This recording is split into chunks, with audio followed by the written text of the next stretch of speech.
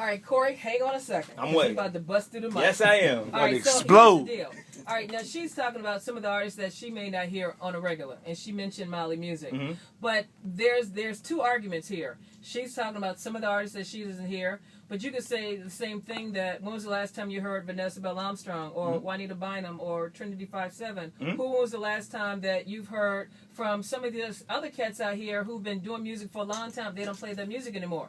So there's one category. Your category is how come you don't hear rap on your favorite radio station, right? So the challenge is, do you come to me and say, how come I don't hear this, or do you go where you can find it? To address the first point, you say you don't hear Vanessa Belle Armstrong. I got you.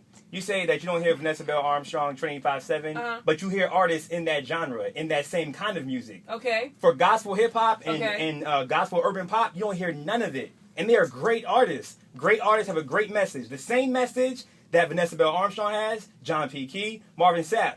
But you don't hear it on radio. And that's why I don't understand. I'm going to help you out a little bit. Okay. And I'm trying to be really rigid and trying to answer the question.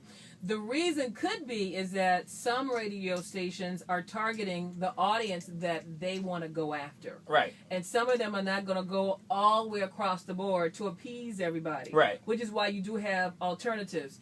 Even when you start thinking about right here for Radio 1, when they say, hey, go to iHeartRadio. When you go to iHeartRadio, you can get any of the music that you want. Yeah. But they're giving you alternatives. But I understand and respect your argument. Why is it that we can't hear Molly Music? Why is it that we can't hear Lecrae? So you end up going to the concerts, you get their music, you go to other alternative radio stations to hear it. But it would be great. It would. And that's one of those situations where you're going to have to campaign, push, talk, and try to make a point. There is a need right now for the music that we have to be heard. As far as when I say we have, I mean urban gospel music. Okay, if we're trying to get these young kids saved and we're out here on campaigns, say, let's go save the streets and let's go save these kids, we can't bring these kids the same stuff that our parents listen to. Okay, I'm going to help you out. Okay. I was in L.A. last week, and this is what somebody told me. Denzel Washington. I was in a class with Denzel Washington. Wow, that's huge. But this is what